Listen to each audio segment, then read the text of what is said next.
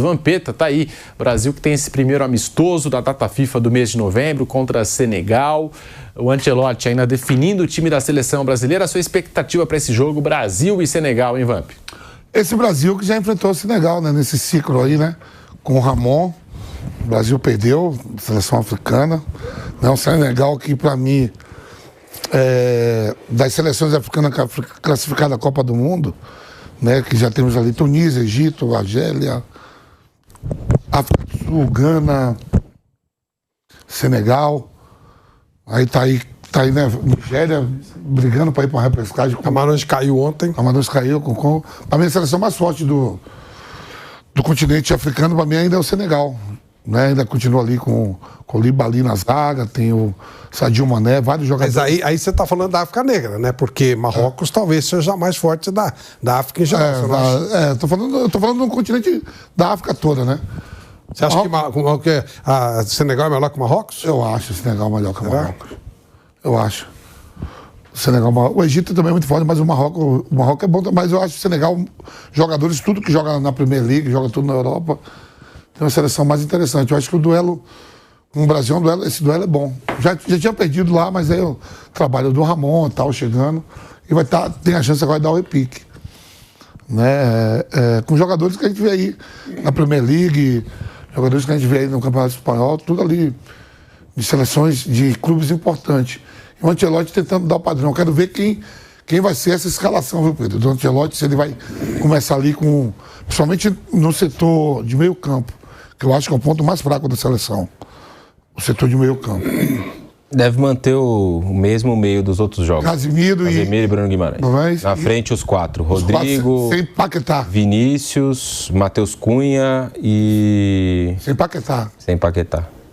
Rodrigo, Vinícius, Matheus Cunha... E Estevão. Estevão, isso. Estevão. E o Militão na lateral direita deve ser a novidade. O Militão com Marquinhos, Gabriel Magalhães e o Alexandre na esquerda. Então, eu acho que aí o meio campo ainda fica os quatro na frente lá. Eu botaria o Paquetá. Pode ser um teste, como é teste, tudo. No meu meio campo, o Paquetá joga.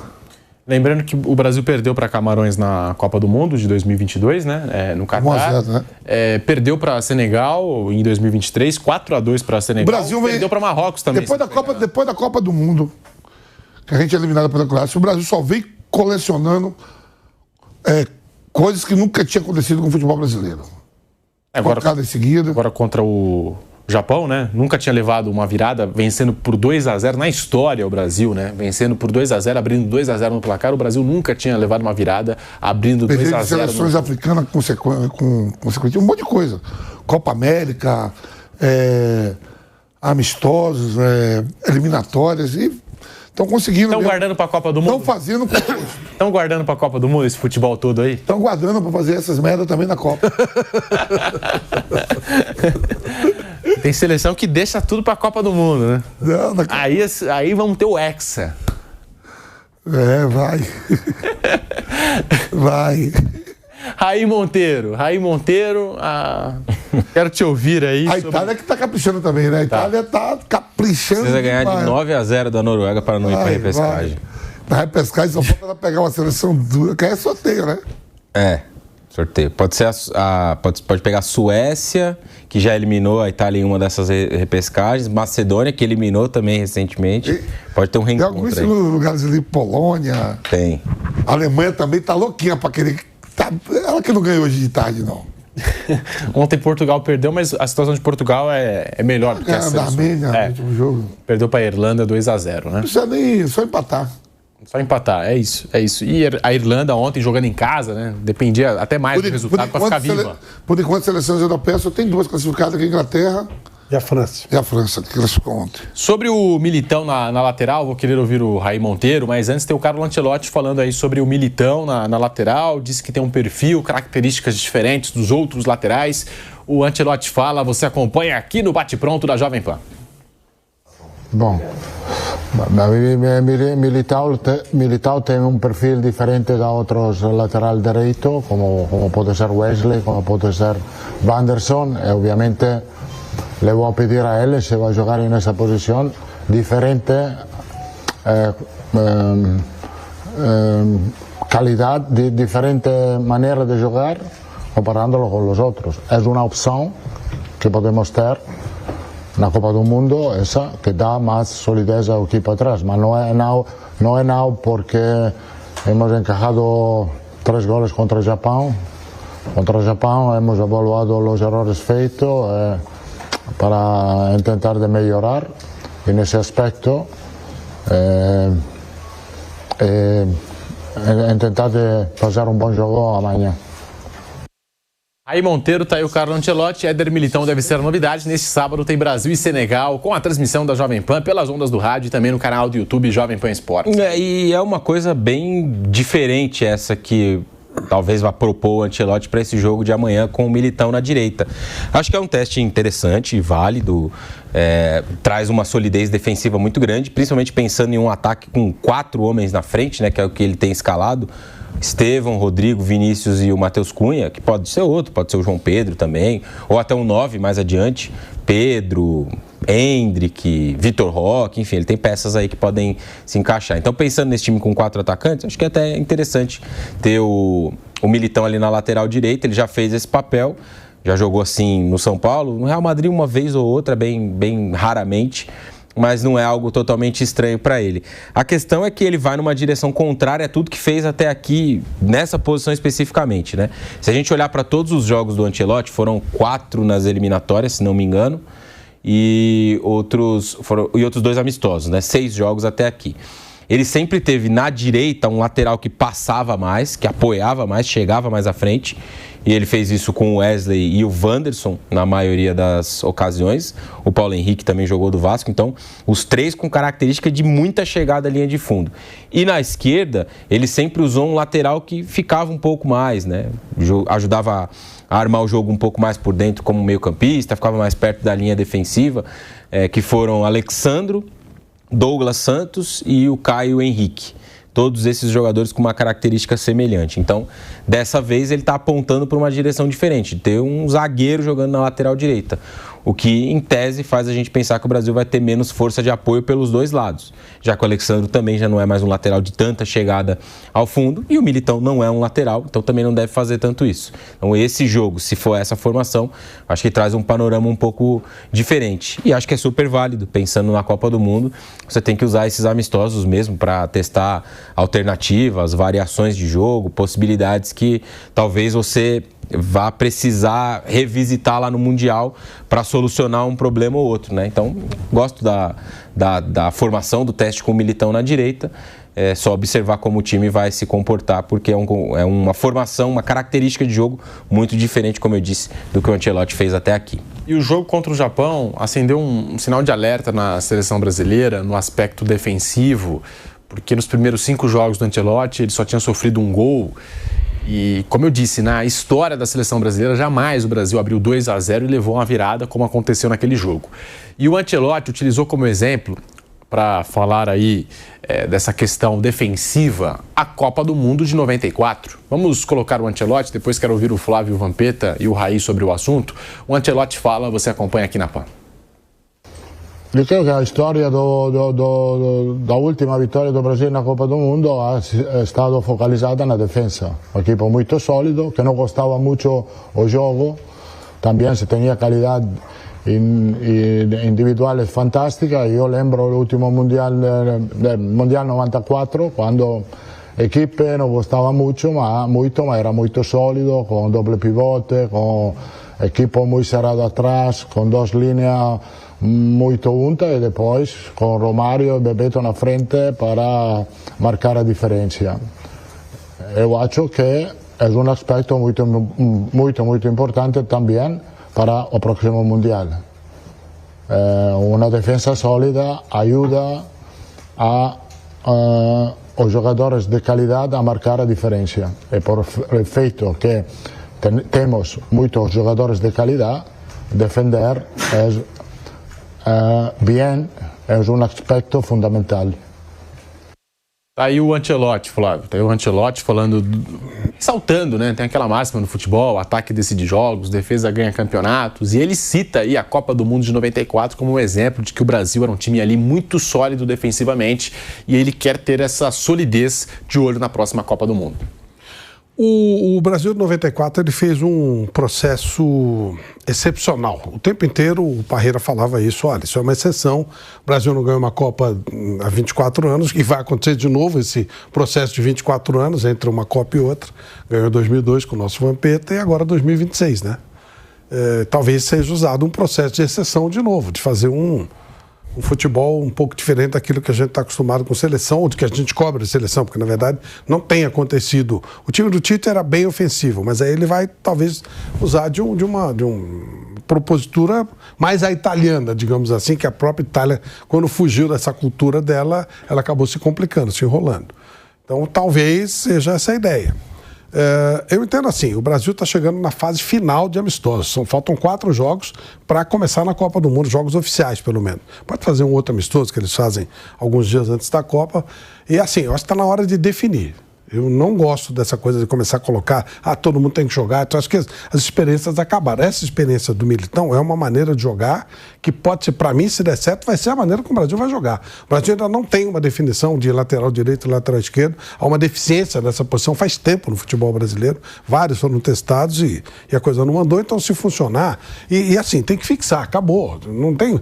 Para mim, dos 26, pelo menos 20, o Ancelotti já tem definido. Não tem mais tempo para ficar, sabe, fazendo tanto teste assim e tal. Acho que uma vaga está reservada para uma eventual subida de produção do Neymar e é isso. Não tem muito o que ficar, sabe? Não dá mais, não dá para montar. É agora, tem que chegar, definir o time e jogar o máximo que puder com esses jogadores. Então eu vejo o Brasil amanhã encontrando um adversário de um nível muito alto. Acho que Senegal é favorito. O time de Senegal está pronto, está montadinho, está feito. Aliás, Senegal tem, né? Além do Sadio Mané, tem o Koulibaly, tem jogadores de um nível muito alto. Jamais perdeu do Brasil. Foram só 2 jogos, o Senegal ganhou um e empatou o outro. Só o Senegal e Noruega que jamais perderam da seleção brasileira. Noruega. Dinamarca já perdeu, então o Brasil vai pegar um adversário que não vai ser nada fácil, vai atacar. Aliás, Senegal fez uma coisa, um processo espetacular que eu gosto muito. Havia uma mania do futebol africano. Eu sempre fui fã do futebol, principalmente da África Negra, sempre gostei muito. Cheguei a falar aqui na PAN que eu ainda veria uma seleção africana ser campeã do mundo. E sempre pensei em África Negra, aquela seleção da Nigéria de 98, que começou muito bem, depois eles caíram para a noite, uma pinguçaiada lá na França, aí ferrou tudo. Tinha o Príncipe Rufaio, o goleiro que morreu, aliás, há pouco tempo. E, ele encheu de mulher, foi uma zoeira, tinha muita grana, aí acabou tudo, esculhambou tudo, pegou um jogo com a Dinamarca num domingo à tarde, tomaram de 4, aí acabou a festa. Mas os jogadores, os negros, eles são jogadores privilegiados do futebol. Os melhores jogadores são os pretos para jogar futebol. Eles jogam muito, eles criam futebol brasileiro em qualquer lugar. A França cresceu muito quando os filhos dos imigrantes começaram a jogar. A França, forte, ela vem a partir de 98, quando começa a jogar uma geração de filhos de jogadores oriundos da África, de pessoas oriundas da África. Então, Senegal... Mas o que acontecia? Eles levavam o técnico alemão, técnico brasileiro. Agora, a partir do Cissé, eles começaram a fazer uma geração de treinadores criados lá.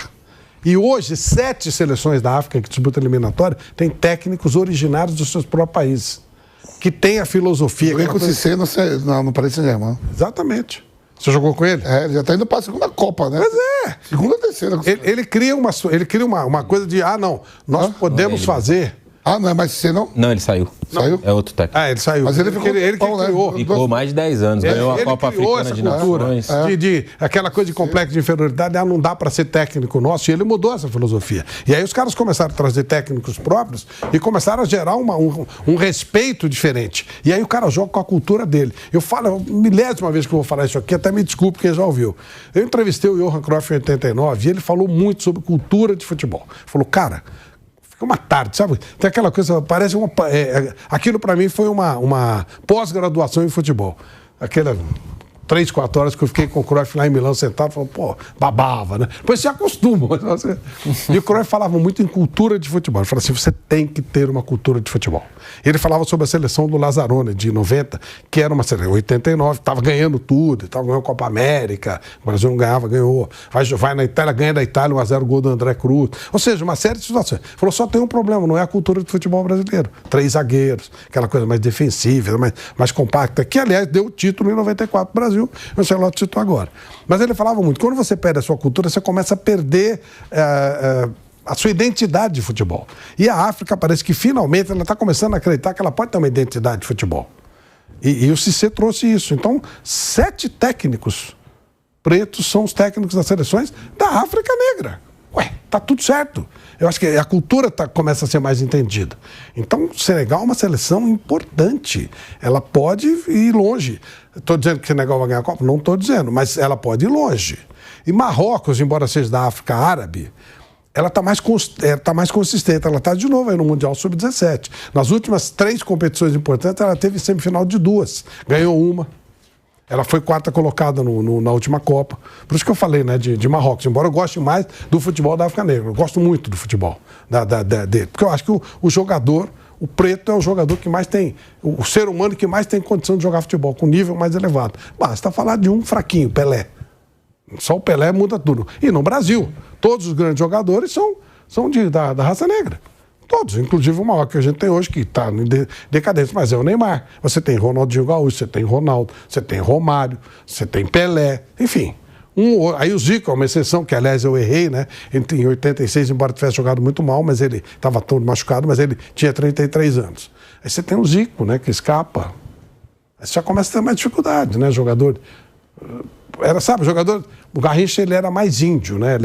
Mas, enfim, você começa a ter essa miscigenação que ajuda muito o futebol brasileiro. Então, Senegal é uma seleção com muita convicção do que quer, com jogadores de alto nível, que jogam na Europa. Vocês têm toda a rodagem de futebol europeu, mas se eles mantêm a cultura do futebol de Senegal. Então, eu acho que é bom prestar atenção nesse time e eu não vejo favoritismo no Brasil amanhã, não. Teste bravo. Contra a Tunísia, talvez nem tanto, mas amanhã é um teste pesado. Amanhã vai mostrar o que pode fazer essa seleção brasileira, se é que pode. O Ancelotti, Vamp, rapidinho, ele relembrando aí 94, dá para comparar alguma coisa dessa seleção com aquela de 94? Nada, né? Nada. Mas ele quer ele falou ali de uma solidez defensiva que ele quer imitar. Trabalhou na Itália, né? Ele era auxiliar técnico na época. Mas não tem nada. Né? Mas não tem nada a ver com estilo de jogo. Absolutamente nada a ver.